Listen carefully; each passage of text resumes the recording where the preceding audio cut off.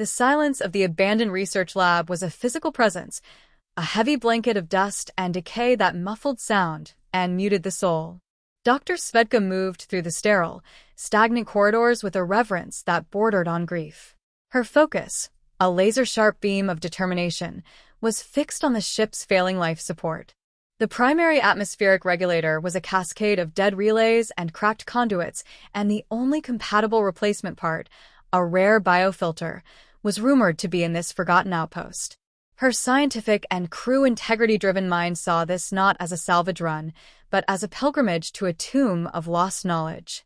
The lab's main research bay was a cavernous room dominated by a shattered observation window overlooking a valley of petrified flora. In the center of the room, amidst the wreckage of overturned tables and shattered glass bats, was her target, a stasis pod. Its indicator lights were dead, but the schematics she'd recovered showed it was the right model.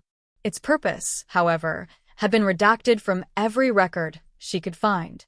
A pang of professional curiosity warred with her urgent mission. Time was running out. Back on the ship, carbon dioxide levels were a slow, rising tide. She had just pried open the maintenance panel on the pod's base when a flicker of movement in the periphery of her helmet lamp made her freeze. It wasn't the shimmer of disturbed dust or the skitter of a mutated vermin. It was a deliberate, fluid motion. Xenobiologist Kthar emerged from the shadows behind a massive, derelict centrifuge, his agile frame coiled and tense. He wasn't armed with a rifle or a blade, but with the desperate, protective energy of a cornered animal guarding something precious. Step away from the pod. Kthar's voice was a low, guttural rasp, translated through her comm unit. His large, multifaceted eyes were fixed on her, gleaming with an unnerving intelligence. Svedka slowly raised her gloved hands, her mind racing. Kthar. The name was a legend whispered in xenobiology circles. A man who had vanished years ago on a first contact mission, presumed lost with his entire team. He was alive. And he was here. Kthar? I'm Dr. Svedka, she said, her voice calm, measured. I'm not here to cause trouble. My ship is dying. I need a biofilter.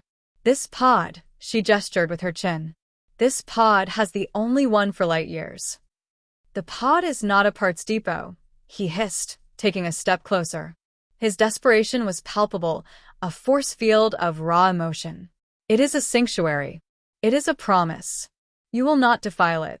Svedka's kind, determined nature wanted to understand, to reason. But her crew was counting on her. I don't have time for philosophical debate. People will die if I leave here empty-handed. And a world will die if you take what is inside. Kthar shot back, his voice breaking. You think you're just stealing a machine? You're stealing a cradle. You are committing murder. The word hung in the dead air, chilling Svedka more than the lab's cold. Murder. She looked from the xenobiologist's tormented face back to the silent stasis pod. What could be inside? Not a human. The energy readings were all wrong. This was it. The moment of first contact, not with a new species, but with a ghost from her own field, guarding an impossible secret. Her scientific integrity screamed at her to stop, to understand what was at stake. Her duty as a doctor screamed at her to save her crew. The emergency repair was no longer just a mechanical task. It was a moral choice with a body count. Show me, she said, her voice softer now. She lowered her hands. Show me what's inside. If it's viable, I'll find another way. For a moment, she saw a flicker of hope in Kthar's eyes. He was a protector, but he was also a scientist. He saw a peer, not a plunderer. He took a hesitant step forward, his rigid posture relaxing by a fraction. The energy matrix is too fragile. The pod systems have to be coaxed back online. A surge. I know, Svedka interrupted gently. I can help. I'm an engineer as well as a physician. Let me help you. We can save them. She was thinking of her crew, but she let him believe she meant his precious cargo.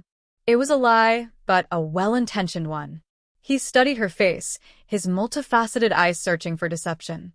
Finding none, he gave a slow, reluctant nod. He moved to the control panel on the other side of the pod, his movements reverent. The primary conduit is severed. We need to bridge it with a stable power source. My auxiliary unit is depleted. Your suit's relay, it might work. Svedka's heart hammered. This was her chance. She moved to her side of the pod, her fingers flying over the familiar controls. She saw the severed conduit he was talking about, a thick, fiber-optic cable that led directly to the biofilter housing. To bridge it, she would have to reroute power through the filter's regulator. It was the exact opposite of removing the filter. It meant activating it. As Kthar fumbled with his own console, Svedka made her decision. She couldn't risk a prolonged process. She couldn't trust that his cradle wouldn't take power they couldn't spare. Her crew came first. Her fingers danced across the panel, not with the gentle coaxing he described, but with the brutal efficiency of a field surgeon. What are you doing? Kthar's voice was sharp with alarm. That's not a bridge. You're initializing the core extraction sequence. Svedka didn't answer. She slammed her palm on the final authorization key. With a powerful whir, the stasis pod's internal mechanisms engaged. A series of metallic clamps disengaged, and the biofilter module, with a fiber-optic cable still fused to it, began to slide out of its housing on a motorized tray. Kthar let out a roar of pure anguish and rage. He launched himself across the bay, his agility terrifying. He wasn't trying to hurt her. He was trying to stop the process, to physically push the tray back into the pod. But Svedka was ready. She braced herself and, with a grunt of effort, ripped the biofilter module free from its moorings. The fiber-optic cable snapped with a crack like a whip. A high-pitched, electronic scream emanated from the pod as its systems crashed. The indicator lights on its surface flickered wildly, and then went dark, one by one. Kthar skidded to a halt, his body going rigid. He stared at the dark pod, then at the biofilter clutched in Svedka's hands.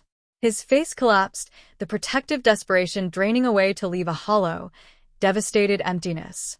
He sank to his knees, a silent scream trapped in his throat.